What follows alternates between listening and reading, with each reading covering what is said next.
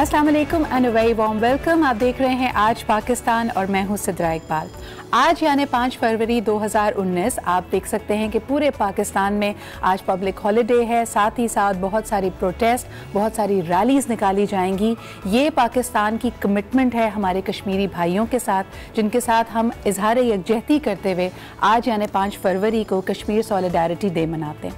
अगर हम बात करते हैं कश्मीर की, ये बात किसी से ढकी छुपी नहीं है कि कश्मीर जन्नत नज़ीर, लेकिन इस जन्नत को हम देखते हैं कि कई सालों से, पिछले 70 सालों से यहाँ पे जो आज़ादी की तहरीक चल रही है उसको दबाने की भरपूर कोशिश कर रहा है भारत। और इतने सालों से ये मसला आर्मी के हवाले किया हुआ है, लेकिन ऐसा नहीं है कि ये जो जज्बा है उसको दबाया जा सके।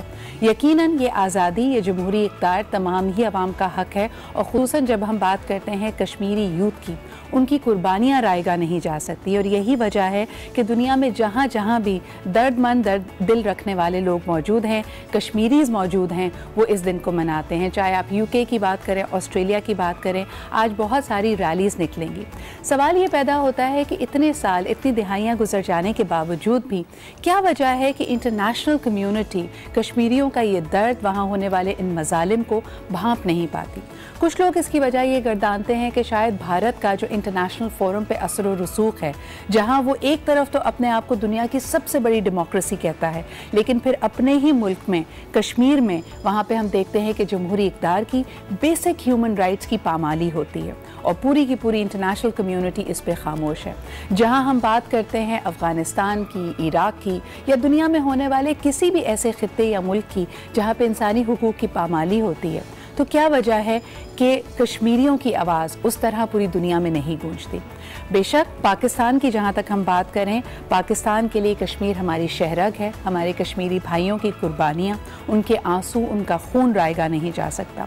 आज आपको इस प्रोग्राम की शुरुआत में ही इसी जज्बे को खिराज तहसीन पेश करते हुए वो कश्मीरी जो आज़ाद कश्मीर में मुकीम हैं या फिर पाकिस्तान में हैं, उन्होंने एक बहुत ही खूबसूरत इस पे एक तराना, एक नज़्म, एक गाना लिखा था जो मेरे ख्याल में पाकिस्तानियों के लिए भी उतना ही दिल से करीब है। इसके बोल कुछ यूँ है कि मेरे वतन तेरी जन्नत में आएंगे एक दिन। कश्मीर बेशक अल्लाह ताला ने उसको हुस्न से, रिसोर्सेज से माला माल किया है, लेकिन वहाँ के लोगों की आवाज़ भी आप तक पहुँचाना, पूरी दुनिया तक पहुँचाना, इसको हम बतौर पाकिस्तानी अपना एक फ़र्ज़ समझते हैं। और इसी फ़र्ज़ के साथ आपको कुछ विजुअल्स दिखाते हैं कि इतनी खूबसूरत वादी, लेकिन वहाँ पे होने वाले मजालिम और वहाँ के लोगों का दर्द जो इस नगमे में पिरोया हुआ है, वो आपके सामने लगते हैं। Let's take a look at that first.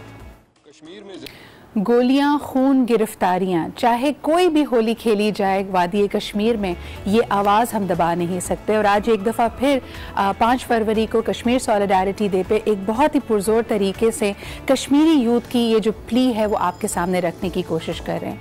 आपके सामने है कि दुनिया की न्यूक्लियर पावर और अपने आप को सबसे बड़ी जमहूरी कुव्वत कहलाने वाला भारत इस बात से कासिर है कि इतने सालों की अपनी मेहनत के बावजूद और अपनी ज़ोर ज़बरदस्ती, अपने एक आर्मी के रसूख के बावजूद भी इस आवाज़ को नहीं दबा सका है। और ख़ुसूसन यहाँ पे कुछ लोगों के जहन में मुखालता भी है। इंटरनेशनल फोरम पर जिस तरह भारत इस हवाले से प्रोपेगेंडा करता है, नंबर 1 अपने होने वाले वहाँ के जो मजालिम हैं, जो वहाँ के लोकल कश्मीरियों पे ये कर रहे हैं, उसको छुपाया जाता है। और दूसरा ये भी कि हमेशा इसका भी इल्ज़ाम पाकिस्तान पे थोप दिया जाता है कि शायद हम कश्मीरी अवाम को इंस्टिगेट करते हैं। तो आपके लिए हमने कुछ यहाँ पे शॉर्ट्स जमा किए हैं। ये आवाज़ है कश्मीरी यूथ की, जो आप देख सकते हैं कि आज की यूथ है, 2019 की यूथ है, पढ़ी लिखी बाशऊर यूथ जो अपने हक इरादही से वाकिफ़ भी है और उसको बड़े पुरजोर अंदाज में दुनिया के सामने रख रही है। उसने कहा जी हमारी ज़रूरत है कि अगर हमें नौकरियां भारत देगा तो हम उन नौकरियों को लेंगे, क्योंकि हमारी भी ज़रूरियात है, हमारी भी नीड्स हैं। लेकिन इसका मतलब ये नहीं कि जितने लोगों की शहादतें हुई हैं या जो हमारा बेसिक राइट है उसको हम फॉरगो कर रहे हैं। पाकिस्तान का किरदार उन्होंने बड़ी खूबसूरती से यहाँ पर बड़ा क्लियरली कहा कि ये नहीं है कि वो ये कश्मीरी यूथ को इंस्टिगेट करते हैं, बल्कि पाकिस्तान वो वाहिद मुल्क है जो समझता है कि कितना दर्द और कितनी कुर्बानियां हैं और उसको भी सपोर्ट करता है। आइए सबसे पहले आपको ये जो कश्मीरी यूथ के ख्यालात हैं उनसे आगाह करते हैं। उनसे ये शॉर्ट्स BBC उर्दू ने रिकॉर्ड किए। BBC उर्दू का ये प्रोग्राम भी आपने आज न्यूज़ पे ही देखा, तो हमने सोचा कि उसमें से ज़रूर आपको दिखाएं ताकि आज की यूथ, आज का पाकिस्तान और पूरी दुनिया कश्मीरी यूथ की आवाज़ सुन सके सके और उनके पर्सपेक्टिव को समझ सके। Let's take a look at that.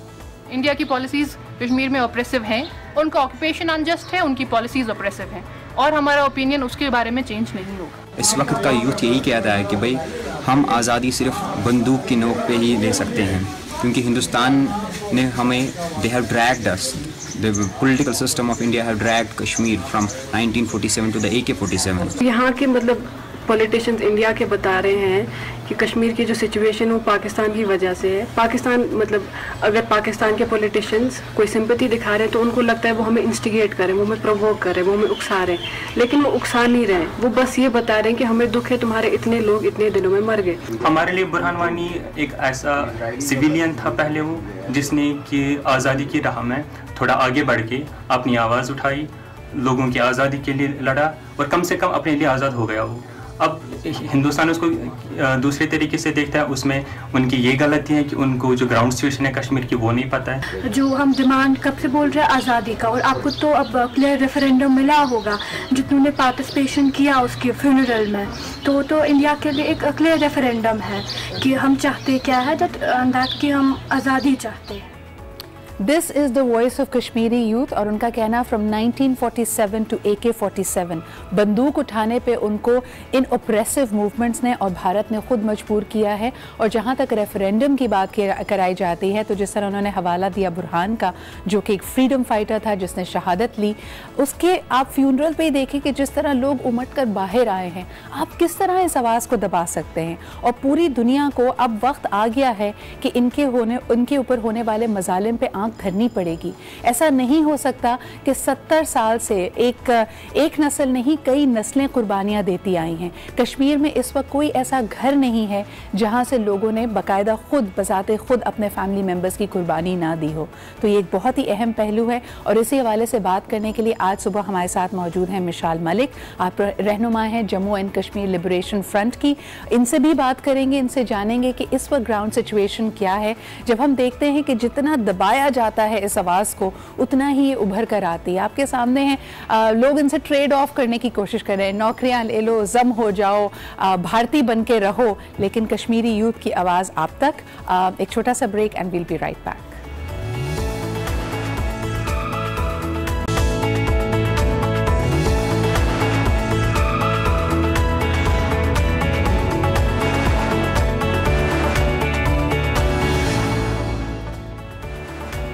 And welcome back. जिस तरह के आप जानते हैं आज पूरे पाकिस्तान में बल्कि पूरी दुनिया में कश्मीर सॉलिडारिटी डे मनाया जा रहा है।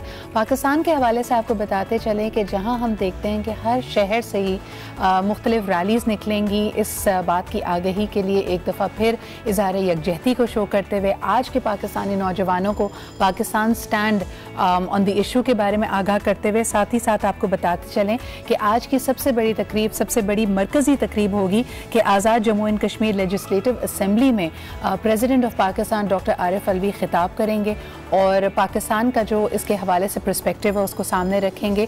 साथ ही जिस तरह कि हमने बताया कि सैकड़ों हज़ारों कश्मीरियों ने जाम शहादत नोश किया है इस आज़ादी की तहरीक में, तो आज सुबह 10 बजे 1 मिनट की खामोशी ऑब्ज़र्व की जाएगी पूरे पाकिस्तान में एक इज़हार यकजहती के तौर पर और एक खिराज अक़ीदत इन शोहदा को पेश करते हुए।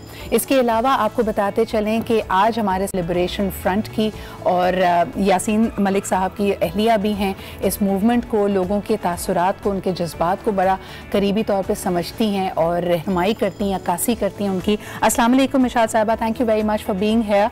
और आपका हमेशा पाकिस्तान का जब कोई मौका होता है, जिस तरह हम देखते हैं कि अगर पाकिस्तान का यौम आज़ादी है या हमारा रेजोल्यूशन डे है, उस पर आपका बयान, आपका एक पैगाम ज़रूर आता है। तो आज सबसे पहले पूरे पाकिस्तान की तरफ से हम इज़हार यकजहती करना चाहेंगे अपने कश्मीरी भाइयों से और आपसे जानना चाहेंगे सबसे पहले कि आज के, यानी चलें जो गुजर गया उसको छोड़िए, लेकिन मोदी सरकार, आज की जो भारत की सरकार है, वो क्यों नहीं कश्मीरियों की प्लाइट को, उनकी आवाज़ को समझती? आप क्या समझते हैं कि वो इलेक्शंस भी करवाने की बात करते हैं, रेफरेंडम्स भी होते हैं, लेकिन जमहूरी इख्तियार की और इंसानी हुकूक की जो पामाली कश्मीर में हो रही है उसका इदराक क्यों नहीं है भारत सरकार को?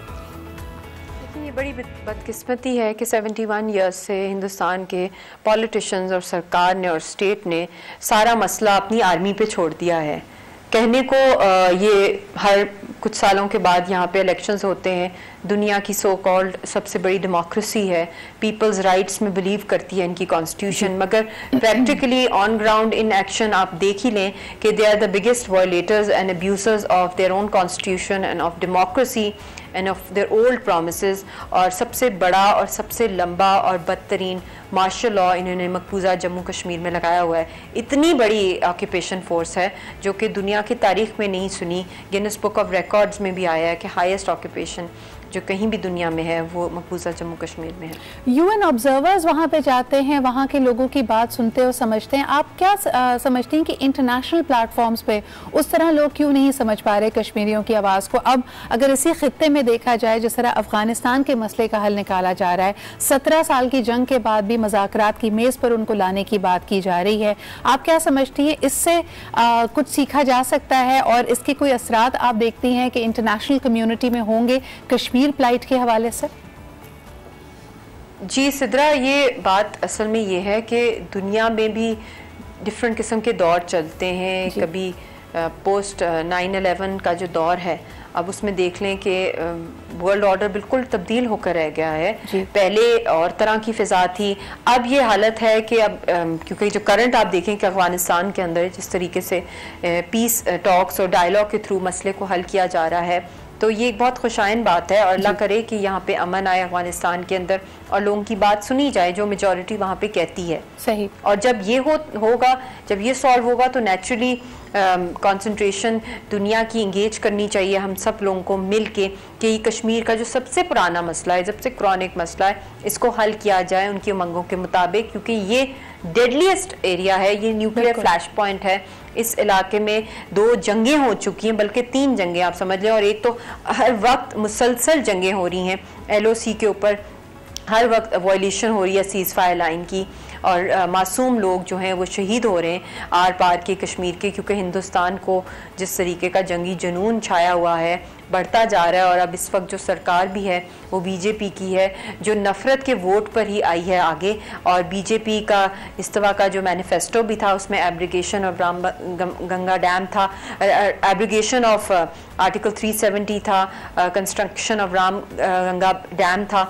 तो ये डेफिनेटली ये सारी चीज़ें वो हैं जो डायरेक्ट अटैक करती हैं मकबूजा जम्मू कश्मीर के लोगों का UN रेजोल्यूशंस के मुताबिक जो हक़ खुद इरादियत जो पेंडिंग है, क्योंकि किसी भी किस्म का अगर एप्लीकेशन होगी आर्टिकल 370 की तो that is a direct attack on the people living there। मिशाल, आप बिल्कुल सही कह रही हैं, बल्कि अगर इसको अगर मैं लिंक करती हूँ कि ये नफरतों का जो सिलसिला है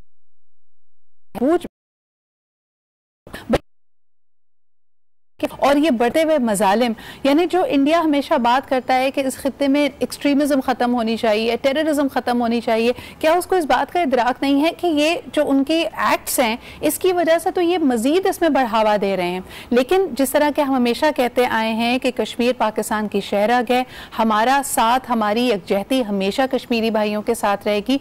आप वर्ल्ड फोरम में और ख़ुसूसन इस खित्ते में पाकिस्तान का क्या किरदार देखती हैं इस फ्लाइट को आगे बढ़ाते हुए?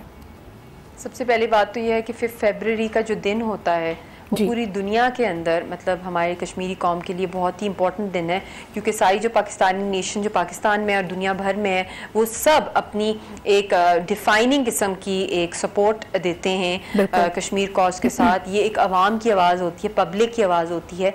ये सिर्फ ना कोई सिर्फ गवर्नमेंट की तरफ से नहीं एक सपोर्ट आता, बल्कि ग्रास रूट वॉइस, एक democratic voice of the nation of Pakistan comes forward, चाहे वो स्टूडेंट्स हैं, चाहे वो बिजनेस कम्युनिटी हैं, चाहे वो मीडिया हाउसेस हैं, चाहे वो एंकर्स हैं, चाहे प्रोफेसर्स हैं, चाहे वो टीचर्स हैं, चाहे वो इंजीनियर्स हैं, किसी भी सेगमेंट ऑफ सोसाइटी, चाहे वो किसी भी सेगमेंट के हों, सब लोग अपना एक मैसेज देते हैं। तो मैं उम्मीद करती हूँ कि Pakistani nation will stand with the Kashmiri people in through thick and thin, और आप लोग हमें सपोर्ट करेंगे। और आपके चैनल और आपके प्रोग्राम के थ्रू सिद्रा मैं ये मैसेज देना चाहती हूँ कि सारी जो व्यूअरशिप है वो काइंडली यूएन की वेबसाइट पे जाए, यूएन सेक्रेटरी जनरल को ईमेल्स करें आप, और यूएन के ह्यूमन राइट्स कमिश्नर को। और मैं रिक्वेस्ट करूंगी कि नीचे वेबसाइट का लिंक भी आप दे दें, और उसके ऊपर पाकिस्तान की जो कौम है, जो जितने भी लोग दुनिया भर में इस वक्त सुन रहे हैं, वो इधर मैसेजेस भेजें, ईमेल्स करें कि जो जेनोसाइड, जो जुल्म हमारे पर हो रहा है, जो इस वक्त जो ह्यूमन राइट्स की वायलेशंस हो रही हैं, जिस तरीके से हमारा आज़ादी का हक हिंदुस्तान छीन रहा है और मार रहा है हमारे लोगों को, मासूम लोगों को जेलों में बंद किया है, मेरे शौहर पे कितना टॉर्चर हुआ है, लोगों के ऊपर अंधा कर दिया गया है, उनको कितनी औरतें बेवा हो गई हैं, हाफ विडोज हो गई हैं, घर लुट गए, जल गए, तो हमारी आवाज वहां तक पहुंचाएं। सोशल मीडिया बंद है मकबूजा जम्मू कश्मीर में, हार्डली वो चलता है, फोन लाइंस बंद कर देता है इंडिया, वहां पे केबल टेलीविजन बंद कर देता है। हमें यकीनन इन मजालिम का इदराक भी है, and Pakistan will always stand by our Kashmiri brothers and sisters. ये आपने जो जेनोसाइड की बात की है, बिल्कुल सही है कि भारत अपनी फौज, अपनी ताकत के जरिए कश्मीरियों की नस्ल कुशी कर रहा है, और ये मजालिम जिस तरह इसने नस्लों को तबाह किया है, आप सोचिए कि दिलों में कितनी कड़वाहट है, लेकिन इसके बावजूद भी आप देखते हैं कि जो कश्मीरी बहनों और भाइयों का अज़्म है, जो आज़ादी के लिए एक तहरीक है, वो जिस तरह आगे बढ़ रही है। एक दफ़ा फिर इसी उम्मीद के साथ कि जो आपने कहा कि ग्रास रूट लेवल से, कराची से लेके खैबर तक, हर शहर से रैलीज निकली हैं, हर तबका फ़िक्र का शख्स पाकिस्तान से इसमें शामिल है, और यकीनन हम अपने कश्मीरी भाइयों के साथ मौजूद हैं। एक ब्रेक की तरफ बढ़ते हैं, ब्रेक से वापस आएंगे, इस पर मज़ीद बात करेंगे। आज सिर्फ पाकिस्तान के लिए एक पब्लिक हॉलीडे का दिन नहीं है, बल्कि ये इजहार यकजहती है, हमारा एक कलीदी जो इशू है, हमारा जो पर्सपेक्टिव है, हमारा जो इंटरनेशनल कम्युनिटी में असर और रसूख है, और ख़ास तौर पे पाकिस्तान की 20 करोड़ आवाम की भी जो दिली ख्वाहिश है, उसको हम आगे रखते हैं। एक छोटा सा ब्रेक लेते हैं and we'll be right back. जी जनाब, वेलकम बैक, यू वाचिंग आज पाकिस्तान। और यकीनन जब हम बात कर रहे हैं यौम यकजहती के हवाले से कश्मीर के साथ, तो हमने समझा कि ये भी ज़रूरी है कि पाकिस्तानी पर्सपेक्टिव को इस इशू के हवाले से, कि कश्मीर इशू पे पाकिस्तान का क्या मौक़िफ़ है, उसको भी आपके सामने रखा जाए। इसी हवाले से अब हमारे साथ मौजूद हैं एयर मार्शल शाहिद लतीफ़ साहब, दिफाई तज्ज़ियाकार हैं। अस्सलाम वालेकुम, बहुत बहुत शुक्रिया हमारे साथ मौजूद होने का शाहिद साहब। सबसे पहला सवाल आपसे यही करना चाहूँगी कि भारत, आप क्या समझते हैं कि वो लाइल्म है या वो जानबूझकर समझता है कि इस मसले का हल डरा कर, धमका कर, फौजी ताकत से निकाला जा सकता है? आपका इस पे क्या मौक़िफ़ है? वालेकुम अस्सलाम सिद्रा। देखें, ये जो आपने सवाल किया है कि हिंदुस्तान इसको क्यों कश्मीर के मसले को समझ नहीं पा रहा, ऐसा नहीं है। कौन कहता है कि हिंदुस्तान कश्मीर के मसले को नहीं समझता? ये तो मसला उस वक्त से है जब हिंदुस्तान पाकिस्तान जो है इनकी तकसीम हुई थी जी, और उसके बाद कश्मीर का जो मसला है वो तो अक़वाम मुत्तहिदा तक चला गया था जी, और फिर एक करारदाद पास हुई थी और उसमें पाबंद किया गया था हिंदुस्तान को कि कश्मीर में, जिसे वो मकबूजा कश्मीर कहते हैं, वहाँ पे हक़ राय दही का इख्तियार कश्मीरियों को दिया गया था। बिल्कुल। तो उन्होंने आज तक वो इख्तियार उन्हें दिया ही नहीं। उस तरह वो जो वहाँ पे उनको हक़ राय दही का जो हक मिलना था वो उनको नहीं दिया गया। वहाँ पे कश्मीर में उस तरह से इलेक्शंस नहीं करवाए गए जिसके तहत वो अपना वोट दे सकें और बता सकें कि वो अपनी जिंदगी कैसे गुजारना चाहते हैं। लेकिन शायद इसमें अक्सर कहा जाता है कि भारत अपना असर और रसूख इस्तेमाल करता है। इंटरनेशनल कम्युनिटी में एक सिलेक्टिव जस्टिस वो क्यों है? यानी यूएन के रिप्रेजेंटेटिव से जब भी हम बात करते हैं, वो कहते हैं सिद्रा, पूरी दुनिया में इतनी जगह ऐसे मसाइल हैं, इतने ज़्यादा कॉन्फ्लिक्ट रिडन्स हैं कि हमें ऑब्वियसली उसमें वैरी करता है कि किस पे एम्फेसिस ज़्यादा आती है। लेकिन कश्मीर का मसला, जिस तरह आपने खुद इशारा किया है कि 71 साल से चल रहा है, नस्लों ने इसके ऊपर कुर्बानियाँ दी हैं, इंटरनेशनल कम्युनिटी क्यों खामोश है? शाहिद साहब देखें, जहाँ तक इंटरनेशनल कम्युनिटी का ताल्लुक है, हर एक को अपने अपने मफाद से मैं समझता हूँ कि दिलचस्पी है जी। और चूँकि हिंदुस्तान अब अमेरिका के बहुत करीब आ चुका, उसके साथ अमेरिका की बहुत दोस्ती हो गई, बहुत तिजारत भी हिंदुस्तान के साथ हो रही है। फिर हिंदुस्तान को अफगानिस्तान में एक बहुत बड़ा किरदार भी देने के लिए अमेरिका जो है वो भरपूर कोशिश करता रहा, मगर आखिरकार किरदार हिंदुस्तान का नहीं, पाकिस्तान ही का बना।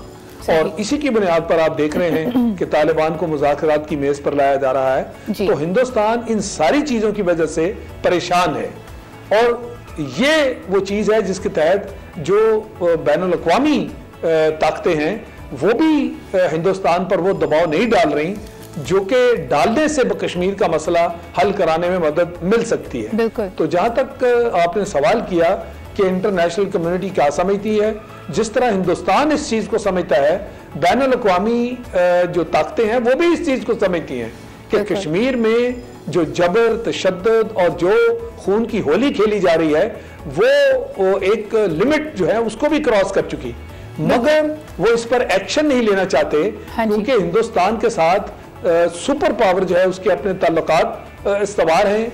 और फिर जो मुसलमानों के मामलात हैं, वो कश्मीर हो, वो फ़लस्तीन हो, वो बर्मा के मुसलमानों पे जो है वो जुल्म तशद्दुद हो रहा हो, उस पर बैनुल अक़वामी ताकतें नहीं बोलती जी। ये हम ही ने बोलना है। और अलमिया ये है कि हम तकरीबन 2.5 अरब के करीब मुसलमान हैं दुनिया में।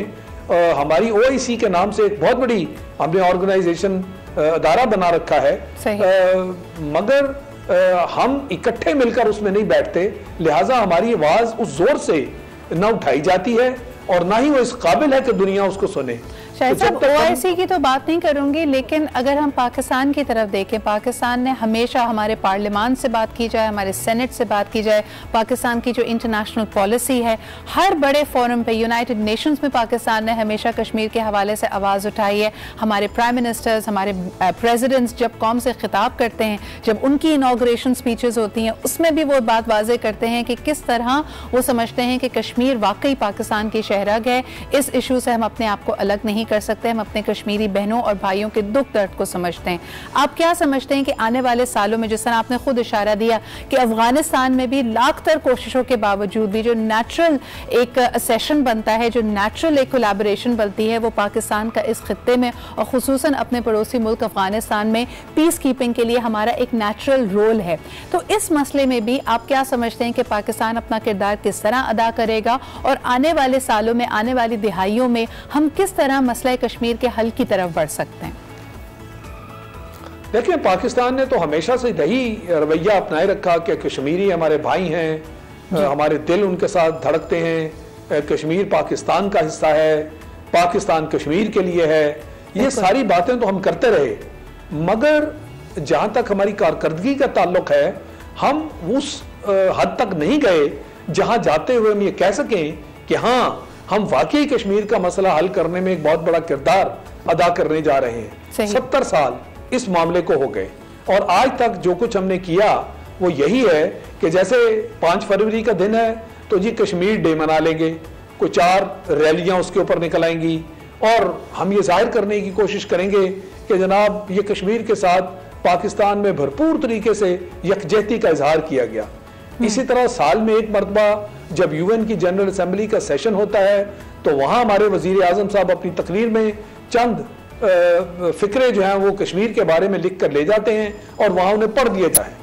मगर इस तरह करने से इतना बड़ा मसला जो कि इतना हिंदुस्तान ने पेचीदा कर दिया, उसका हल ना आज तक मिला है और जैसे मैंने पहले कहा ना ही इस तरह मिल सकेगा, क्योंकि दुनिया भर में कश्मीर के मसले को जब तक हम इतना उजागर नहीं करते कि जो ज़मीर है दुनिया का उसको हम जोड़ें और ये जो ह्यूमन राइट्स की इतनी बड़ी बड़ी ऑर्गेनाइजेशंस बनी हुई हैं इनको भी बीच में शामिल करें। जैसे मैंने कहा कि अब तो जो शायद साहब बहुत बहुत शुक्रिया हमारे साथ मौजूद होने का। आपने यकीनन कहा कि देखिए हमें कंसिस्टेंट एफर्ट करनी पड़ेगी, उन कॉरिडोर्स में, उन क्वार्टर्स में बात करनी पड़ेगी जहां पे इस बात में वजन पड़ता है। वहां तक मैं आपकी बात से अग्री करती हूं, लेकिन मुझे नहीं लगता कि पाकिस्तान ने सिर्फ एक रस्मी तौर पर अपना इजहार यकजहती हमेशा कश्मीरी भाइयों के साथ किया है। हमारे पास, जिस तरह आपने खुद कहा कि भारत ने इस इशू को इतना पेचीदा कर दिया है, फिर पाकिस्तान के सामने अपनी भी कॉम्प्लेक्सिटीज है। हमारे पास सिर्फ अपने भी मसाइल बहुत सारे हैं, यानी भारत ने सिर्फ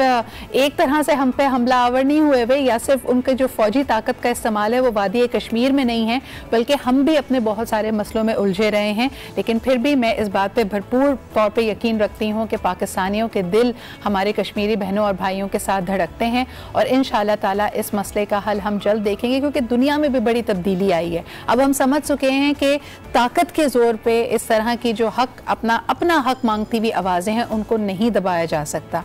हज़रत हुसैन का भी इसी हवाले से कॉल है कि जुल्म के ख़िलाफ़ जितनी देर से उठोगे कुर्बानी उतनी बड़ी देनी पड़ेगी। और अब तो मेरे ख्याल में कुर्बानियों का सिलसिला बहुत लंबा रहा है। तकरीबन हम देखते हैं कि 10 बजने वाले हैं। 10 बजे पूरे पाकिस्तान में 1 मिनट की खामोशी ऑब्ज़र्व की जाएगी उन तमाम शहदा की याद में जिन्होंने इस तहरीक आज़ादी में अपनी जानों का नजराना पेश किया और आज भी भारतीय मजालिम को फेस कर रहे हैं। तो यकीनन जब हम आज के दिन अपने दफ्तरों को बंद करके, अपने कारोबार को बंद करके अपना एक इजहार यकजहती कर रहे हैं, तो इसका जो ट्रू स्पिरिट है, जो ट्रू एसेंस है, वो हमें पता होना चाहिए। इसी के साथ एक ब्रेक की तरफ बढ़ते हैं, वापस आएंगे और आज की गुफ्तगू को जारी रखेंगे। हमारे साथ रहिए।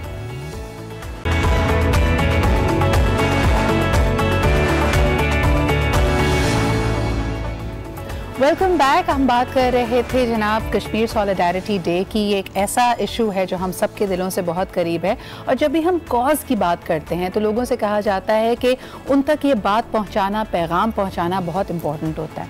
अगर हम हिस्ट्री की तरफ देखें, ये काम थिएटर ने बखूबी अंजाम दिया है। चाहे वो शेक्सपियरन थिएटर हो जिसमें कहा जाता था कि उसमें भी प्रोपेगेंडा अपनी तरफ से बड़ा ही स्ट्रॉन्ग रहा है और क्वीन की बातें वो जिस तरह चाहती थी अवाम को किसी इशू के बारे में बताना, उसको बड़े सबलिमिनली तरीके से शेक्सपियर ने अपने प्लेज में समोया। या अगर हम अब अमेरिकन हिस्ट्री की तरफ भी देखते हैं, जब सिविल वॉर के बाद हालात बहुत बुरे थे, वहाँ पे नौकरियाँ नहीं थी, लोगों में अजीब किस्म की डिप्रेशन पाई जाती थी, उस वक्त भी कहा गया कि स्टेट मशीनरी ने जो ग्रेटेस्ट प्ले राइट्स आप देखते हैं अमेरिकन थिएटर के, वो उसी वक्त सामने आए ताकि लोगों को थोड़ा सा ज़िंदगी की तरफ वापस लाया जाए, ज़िंदगी की रौनकें और रंग दिखाए जाए। अगर हम अपने खित्ते की बात करें, आप यहाँ पे भी देखेंगे कि हमारा रीजनल थिएटर बहुत ही ज़्यादा स्ट्रॉन्ग रहा है। गुजराती थिएटर की बात की जाए, पूरी दुनिया में इसकी मिसाल दी जाती है। इसके अलावा दियो मलाई कहानियाँ कह लीजिए या फिर स्ट्रीट थिएटर की बात कर लीजिए, समाज को हमेशा बेहतर बनाने के लिए, सोशल वैल्यूज़ को देने के लिए थिएटर ने एक बहुत मस्बत किरदार अदा किया है। और ख़ुसूसन अगर पाकिस्तान के बड़े बड़े नामों की तरफ देखा जाए जिन्होंने पाकिस्तान की नेशनल आर्ट अकेडमीज़ को, PNCA को, परफॉर्मिंग आर्ट्स को ज़िंदा रखा, तो यकीनन हम उसमें याद करते हैं नईम ताहिर साहब को, यास्मीन ताहिर साहिबा को, जिन्होंने बहुत सारे लोगों को इंट्रोड्यूस किया। The other day, I think 1-2 माह पहले की बात है कि समीना अहमद साहिबा हमारे साथ प्रोग्राम में मौजूद थी और उन्होंने भी कहा कि I was discovered through Naeem Tahir's play. और वो उन्होंने खुद भी इसके बारे में, क्योंकि वो हमारे साथ कॉल पे मौजूद थे, तो नईम अंकल ने कहा कि जी बहुत ही कम लोग उस वक्त मिलते थे, खुसूसन ख़वातीन और लड़कियाँ तो बिल्कुल नहीं मिलती थी, लेकिन समीना के वालिद खुद लेके आए उनको आपके पास नून नहीं है तो there too many odds against you. आज हमने सोचा कि थिएटर के बारे में बात की जाए और पाकिस्तान में क्वालिटी थिएटर कितना अप्रिशिएट किया जाता है, कितना उसमें मेहनत लगती है, and to bring the cooperative components together कितनी मेहनत लगती है। आज हमारे जो मेहमान हैं वो खुसूसन हमारे साथ आए हैं, लाहौर से आए हैं, कराची से आए हैं और न्यूयॉर्क से भी आए हैं। तो उनसे जानेंगे कि यहाँ पे प्रोडक्शन करना, क्योंकि 2 रोज़ कबल ही भाई भाई के नाम से एक प्ले हम देख रहे हैं कि कराची आर्ट्स काउंसिल में है। इसको डायरेक्ट किया है जी फरहान ताहिर ने और इसमें एक्ट कर रहे हैं उन्हीं के ही भाई अली ताहिर। इस ड्रामे का नाम है भाई भाई, जो कि सैम शेपर्ड के प्ले ट्रू वेस्ट से लिया गया। उसमें भी वो 2 भाइयों की ही कहानी है जो काफ़ी अरसे एक दूसरे से नहीं मिले हुए थे। मज़ीद आपको इसके बारे में जानने के लिए थिएटर ही जाना पड़ेगा, लेकिन इसको डायरेक्ट करने का पूरा एक्सपीरियंस कैसा था वो हम आपको ज़रूर बताएंगे। हमारे साथ आज मौजूद हैं Farhan Tahir, Ali Tahir, and of course we also have with us Kulsoom Aftab, जिनको आप जानते हैं एज अ पोएट्स भी। She is a graduate of the NAPA academy. इसके अलावा भी बहुत सारी प्रोडक्शंस में, प्रोजेक्ट्स में आजकल मसरूफ़ हैं। There is so much to say about theatre कि इससे पहले कि मैं ही बोलती चली जाऊँ और उसके बाद वो कहें जी 11 बार घर जाइए, मैं अपने मेहमानों से भी बात कर लेती हूँ। So welcome to the show, thank you so much for being here. Thank you for having us. Thank you. We have seen you, you have become a role model for all the young people जो aspire करते हैं एक दिन मैं Hollywood जाऊंगा। आप Hollywood में गए, आप छा गए और अब आप आए हैं तो अब कतार लगी होगी भाई, वो लोग जो आपके साथ थिएटर में काम करना चाहते होंगे। That's very nice of you to say that. मैं इसलिए आया था because I think हमारी फिल्म और टेलीविजन में there is a new exploration happening, नए issues, नए genres, and I think to complete this picture हमको थिएटर को भी वहाँ लेके जाना है। बिल्कुल ठीक है, और मैं ये नहीं कह रहा कि एक थिएटर दूसरे थिएटर से बेहतर है। We just need to expand the variety in it. Absolutely. तो हर किस्म का थिएटर जो है, कॉमेडी चले, वो वन लाइनर्स चले, उनकी अपनी जगह है, एक जो हम लोग कर रहे हैं उसकी अपनी जगह, और इन सब चीज़ों को हम, मेरे नज़दीक हम लोगों को अपनी ऑडियंस को अंडर एस्टिमेट, उनकी इंटेलिजेंस को अंडर एस्टिमेट नहीं करना चाहिए। अगर कोई ये कहे कि भाई ये यहाँ नहीं चलेगा, तो वो इसलिए नहीं चलेगा क्योंकि आपने अभी तक दिखाया नहीं। So that's our spirit, to bring something which has comedy in it, but it also should have an underlying message. So were the critics kind to you? क्योंकि अब माशाल्लाह you have had two shows already. Yes. तो third को opening night थी, weekend गुजर गया, लोगों ने क्या अभी तक आपको रिस्पांस दिया? फीडबैक जो मुझे मिल रहा है, it's been absolutely incredible. लोगों ने आके कहा कि जी हम थिएटर देख रहे हैं। सही। और उससे बढ़ के मेरे लिए और खुशी की बात और कोई हो नहीं सकती। सही। You know? तो जो लोग आ रहे हैं, they're engaged, they're watching it, and I think उनको जो उसके अंदर का जो अंदरूनी मैसेज है वो भी कहीं क्लिक कर रहा है। आप हंसेंगे, आप सब कुछ करेंगे, लेकिन मेरे लिए थिएटर जाने का मकसद ये नहीं है कि आप जाएं, हंसे और उसके बाद भूल जाएं। सही। मेरे लिए ये है कि आप जाएं, हंसे, और एक दिन के बाद, 2 दिन के बाद आपको कोई बात याद आए, आप उसको दोबारा You discuss it with the friends. अब तो मुझे वो वाला लतीफ़ा याद करा रहे जो एक बैठा अकेला हंस रहा होता है, उसको समझ ही 3 दिन बाद आती है। अली ऐसा भी कोई इसके अंदर जोक है कि वो कहेगा जी 3 दिन बाद समझ आया, वो देख के आया था प्ले में? नहीं, जोक सारे उसी वक्त समझ आ जाते हैं लोगों को, लेकिन जो अंडरलाइंग मीनिंग्स हैं कई दफ़ा वो आपको मेरे ख्याल में 1 दिन बाद, जिस तरह शेड्स वो आपको ग्रो करता है। आप अब्बा की बात कर रही थी जी। इवन अब्बा ने जब 1-2 शोज देख लिए तो उन्होंने कहा कि यार इसमें तो काफी डेप्थ है क्योंकि ऊपर उसमें बहुत कुछ स्लैपस्टिक टाइप चीजें भी हो रही हैं और बड़ी रिडिकुलस चीजें हो रही हैं। But that's a mark of a well thought, well directed play. कि symbolically with colors, with lights, with small gestures, आप कई different meanings लोगों तक पहुंचा रहे हैं। और हमारा काम है कि हम लेयर्स डाल दें। Absolutely. जिसने जो लेयर खानी है उस केक में से वो खा ले।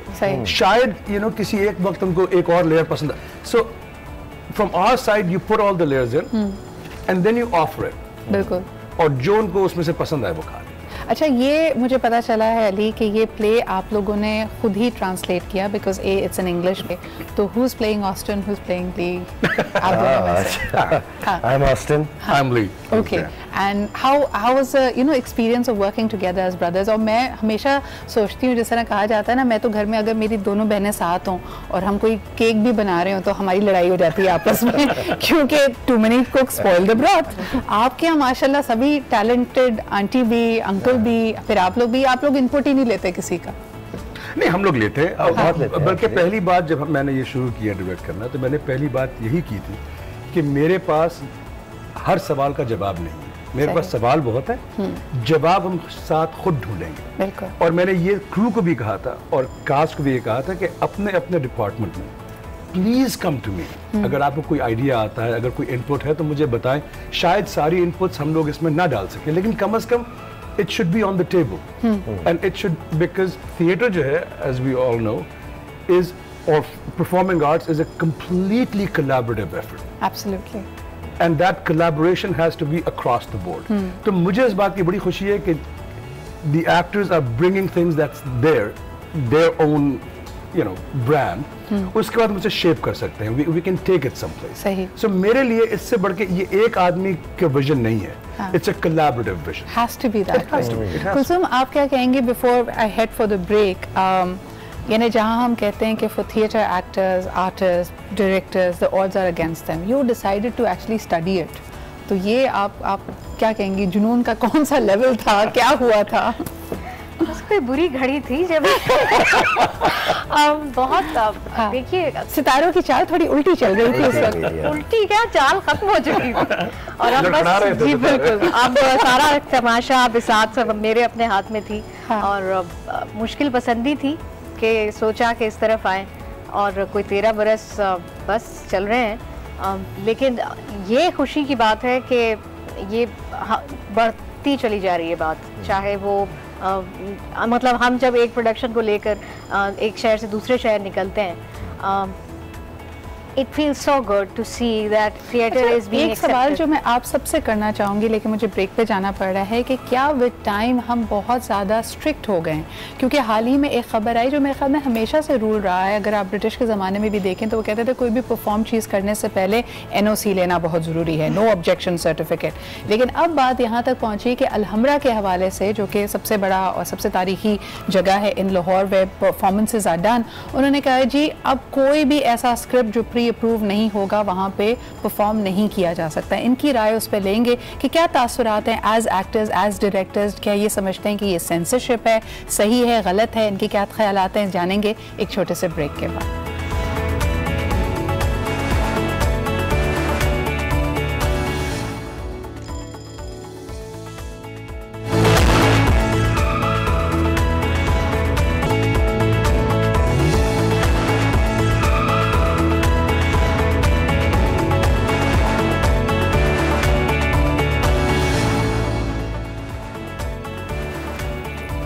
जी जनाब, बात की जा रही है सेंसरशिप की, कदगन लगाने की। क्या सोच पे कोई पाबंदी आयद कर सकता है? ये एक मेरे ख्याल में काफ़ी सालों से ये सवाल हमें तंग करता आया है, बल्कि नस्लों से करता आया है। आज हमने यही सवाल अपने तीनों मेहमानों के सामने रखा बिकॉज़ ये थिएटर से ताल्लुक़ रखते हैं। हाल ही में दोबारा से इस बात को बड़ा स्ट्रिक्टली लिया गया है कि चीज़ों को प्री अप्रूव कराने की ज़रूरत है जो स्क्रिप्ट परफॉर्म किया जाएगा, और this is true for all the big places where you can have performances in Pakistan. क्या ये सही है, क्या ये गलत है? इस पे ये क्या सोचते हैं, ये जानने की कोशिश करते हैं। Kulsoom, if I may begin with you, आप क्योंकि लिखती भी हैं, आपके लिए आपको ये पाबंदी या इसको दोबारा पुरजोर तरीके से इस रूल को उजागर करना, ये आपको सही लगा, गलत लगा?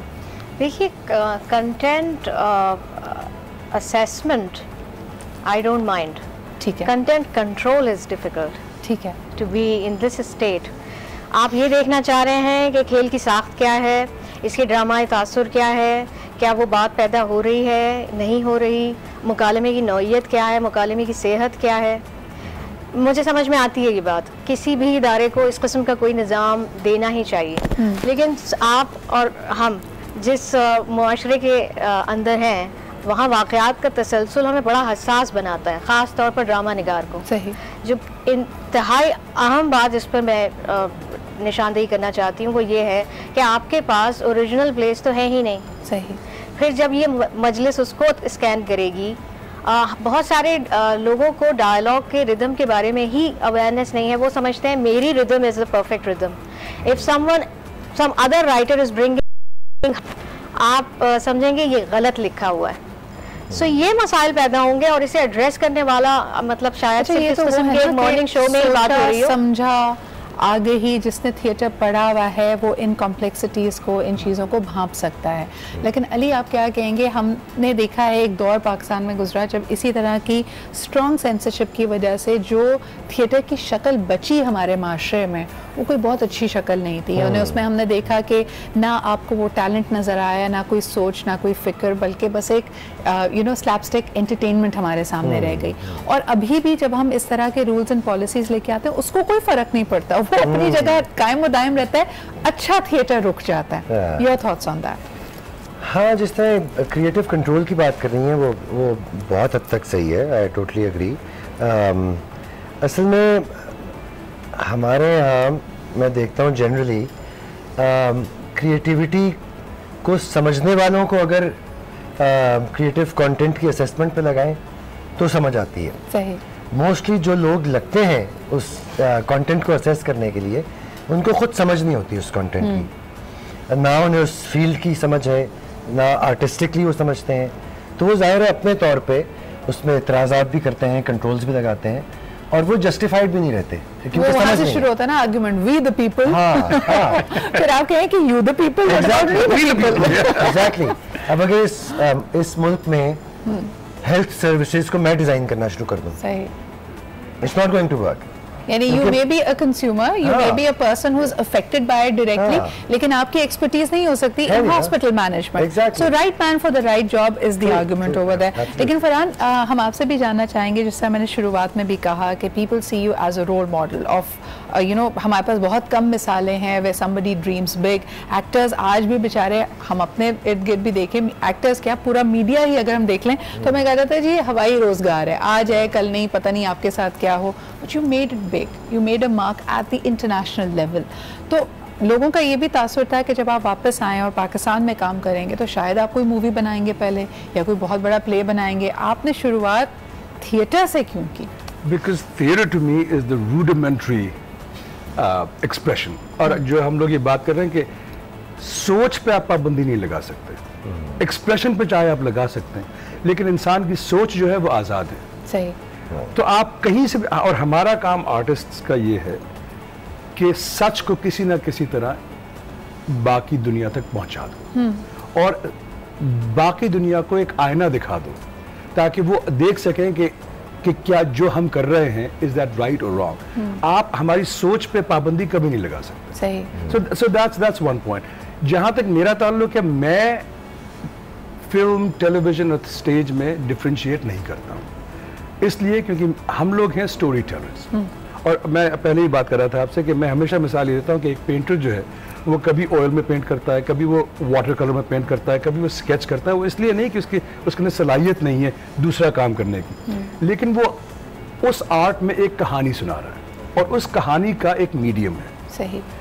इसीलिए मेरे लिए फिल्म का मीडियम अलग है, उसमें एक खास जानरा। मैं आपको कह रहा था कि अगर स्टार ट्रेक हम स्टेज पे डाल दें तो मुज़ाहिरा खेज हो जाएगा। ठीक है। सही। इसी तरह so we have to understand कि वो क्या मीडियम है। और मेरे नज़दीक क्योंकि आजकल पाकिस्तान में फिल्म और टेलीविज़न में नए जानराज और नए इश्यूज़ को उभारा जा रहा है, उनको एक्सप्लोर किया जा रहा है। The final element in this performing arts is theatre. और थिएटर की एक बात ख़ास है, वो ये है there is an immediacy to it. जो आज हुआ आज की ही ऑडियंस के लिए सही। अगर कुछ गलत हो या कुछ सही हो, वो तोहफा जो है आप ऑडियंस को दे रहे हैं वो लेके जाएं। और अगर एक खेल की मेरे ख्याल में 10 या 12 परफॉर्मेंसेस भी हैं, हर परफॉर्मेंस मुख्तलिफ होगी, क्योंकि उसमें एक, जैसे आप भी हमेशा कहते हैं कि one of the characters is the audience, और उसके साथ पूरा एक्सपीरियंस बदल जाता है। It's the final character in the audience. मैं हमेशा ये मिसाल देता हूँ कि पहला एक्टर जो शुरू करता है प्ले, जब वो एग्जिट करता है तो हमेशा एक्टर से पूछते हैं आज ऑडियंस कैसी थी, बिकॉज वो ऑडियंस जो आ रही है उनका एक कलेक्टिव सेंस ऑफ ह्यूमर है, एक कलेक्टिव सेंस ऑफ ट्रेजेडी है जो विच इज अनस्पोकन, वो उन्होंने उसी दिन उसी वक्त बनाया है आपके सामने। अरे फरहान, अक्सर बात यहाँ पे ये की जाती थी कि हर शहर का अलग मिजाज होता है। मुझे याद है कि छोटे होते हुए, बिकॉज मेरे फादर का भी ताल्लुक पाकिस्तान टेलीविजन से था,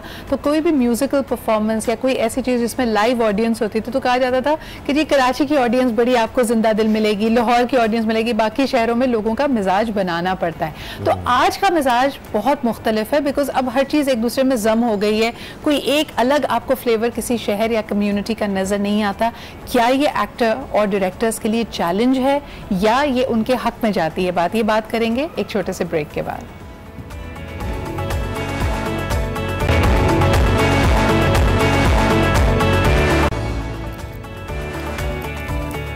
जी जनाब, जितने मुंह उतनी बातें, जितने लोग उतनी सोचें, ये हम बार बार जुमले सुनते हैं, लेकिन क्या ये एक एक्टर या डायरेक्टर के लिए, when they putting a production together, ये उनको हेल्प करता है या नहीं? पहले कहा जाता था ना कि ख़ास ऑडियंस, एक ख़ास तबके का ये नज़रिया होगा या उनके सामने ये बात की जा सकती है, नहीं की जा सकती।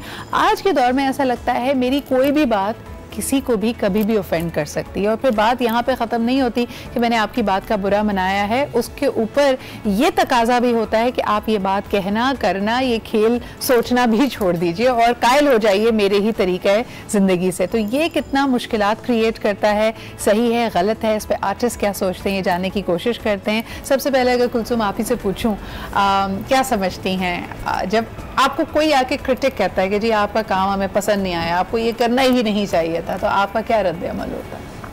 आप सारे हसास सवाल मुझसे शुरू करें। भाई खवातीन हसास ज़्यादा होते हैं। जी, it's an opportunity for me. देखिए मेरे 5 खेल मैंने अब तक लिखे इस 10 बरसों में, और उसमें मैं एज ए प्ले राइट बात कर रही हूँ। स्टेज में सिर्फ एक 2017 में कर पाई। सो आपने जब कहा कि मुझे कैसा लगता है कि कोई मुझसे पूछता है, देखिए नौबत तब आएगी मुझे क्रिटिक करने की जब मेरा काम सामने आएगा। वो आता है बड़े बरसों में। लेकिन मैं ये समझती हूँ कि अगर एक फेमिनिस्ट अप्रोच है तो आने दीजिए, मेल शॉविनिस्टिक है जरूर आने दीजिए। अगर मुख्तलिफ जहन के लोग बात नहीं करेंगे, अपना इजहार नहीं करेंगे, तो पता कैसे चलेगा कि मुआशरे में पनप क्या रहा है। सही, लेकिन यही तनकीद और एतराज़, is that life blood for you, और या आपको उस पर गुस्सा आता है? एक आर्टिस्ट भी तो हर उस फेज से गुजरता है ना, पहले उसको भी बड़ा गुस्सा आता है, अपने काम के बारे में बड़ा पोजेसिव होता है, पोजेसिव तो हमेशा से रहता है, लेकिन फिर आहिस्ता आहिस्ता गुस्सा करना कम कर देता है, उसकी क्या वजह होती है अली?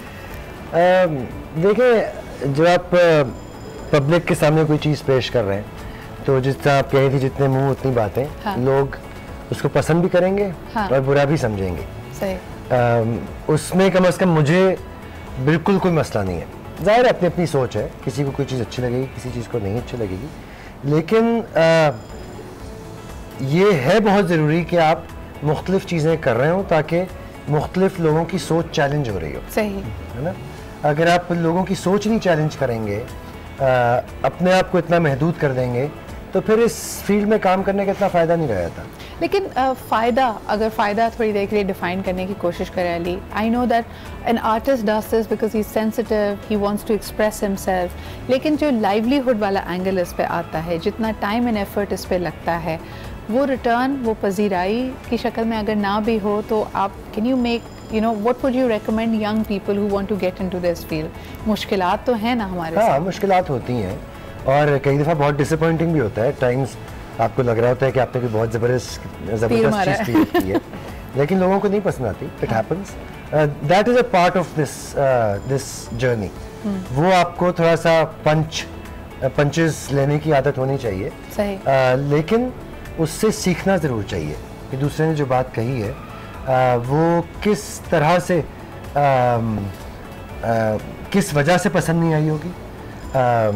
इसी तरह अपने बारे में मेरे ख्याल में क्लैरिटी भी चाहिए। एट टाइम्स जब हम देखते हैं ना कि लोग आपको समझ नहीं पा रहे या आपके काम को सराहा नहीं जा रहा, तो देयर इज अ डिस्कनेक्ट। उस डिस्कनेक्ट को समझने की जरूरत है। जैसे आपने फरहान ब्रेक में बात कर रहे थे, तो लोग आज ये तो जरूर देखते हैं कि Farhan is a success and he is done some iconic characters when it comes to Hollywood, और वो उनकी पहचान बने, लेकिन उसके पीछे जो सालों की स्ट्रगल रही है उसको कोई नहीं जानता।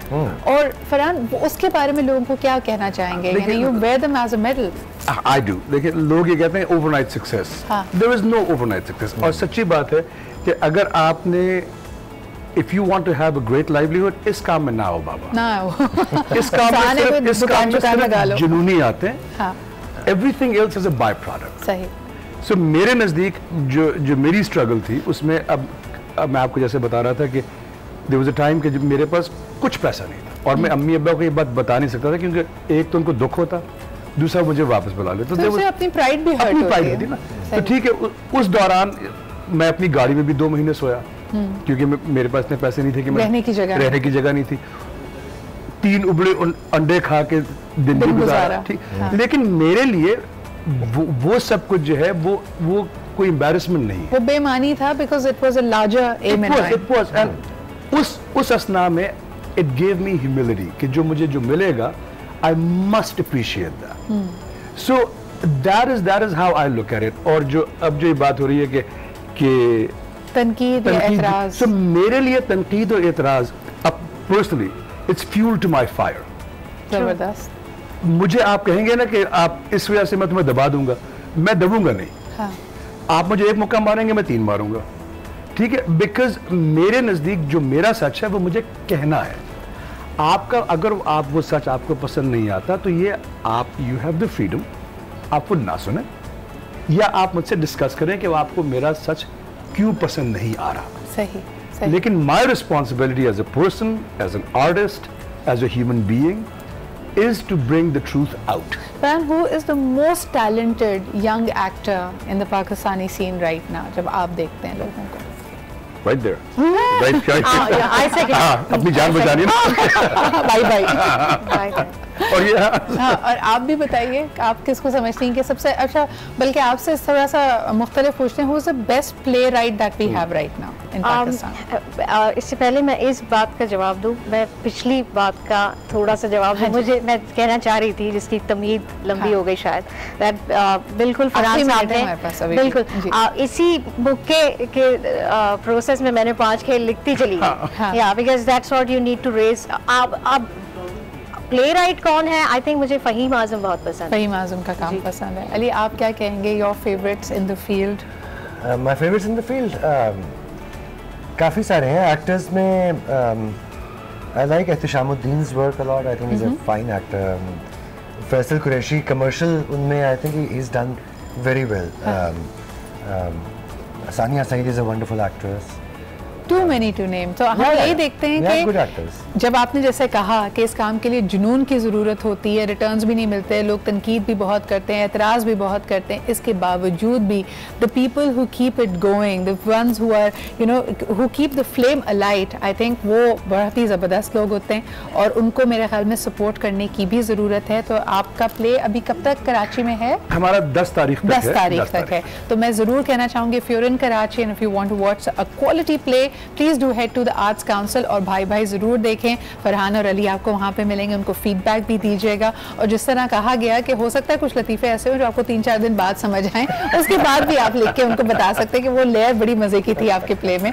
Thank you so much Ali, thank you so much Farhan, thank you very much Kulsoom, and we wish you all the best. 5 नहीं 10 नहीं 15 जितने प्लेज आप लिखें ज़रूर पर्दे पे भी आएँ और वो स्टेज पे भी आएँ, और इंशाल्लाह ताला इसी उम्मीद के साथ to give you more power हम अपने प्रोग्राम के अख्ताम पे पहुँचते हैं। कल आपसे फिर मुलाकात होगी, अपना ख्याल रखें, खुदा हाफ़िज़।